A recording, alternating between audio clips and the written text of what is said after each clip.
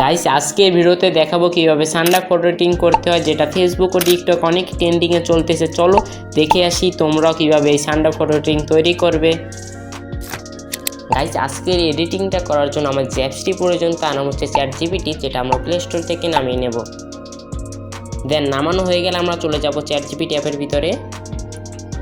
দেন দেখতে পারবো কোনো আর একটি আইকনে আমরা ক্লিক করব। দেন আমাদের ছবিটি সিলেক্ট করে নেব। প্রথমে তোমরা যে ছবিটি এডিটিং করবা সেইটা আপলোড করবা।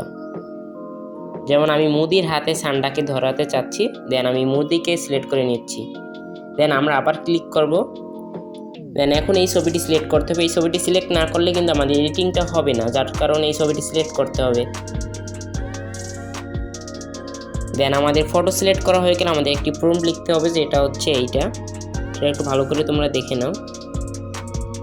দেন আমাদের এখান থেকে আমরা আপলোড করে দেব।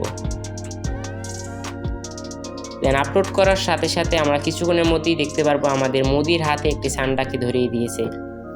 এখন অনেকের প্রশ্ন আসতে পারে এই ছবিটি আমরা পাবো কোথায়। এই ছবিটি পাওয়ার জন্য আমাদের ভিডিও ডেসক্রিপশনে একটি টেলিগ্রাম চ্যানেলের লিঙ্ক দেওয়া হবে, সেখান থেকে ডাউনলোড করতে পারবো। আমি ড্রাইভ লিঙ্ক দিয়ে দেবো, সেখান থেকেও তোমরা ছবিটি আপলোড করতে পারবে, যার কারণে কোনো টেনশন করার দরকার নেই।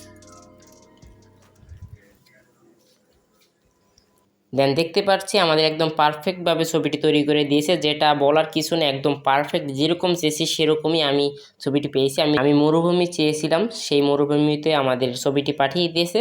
এবং মুদির ফেস একদম 100% বোঝা যাচ্ছে এবং একদম রিয়ালের মতো লাগতেছে।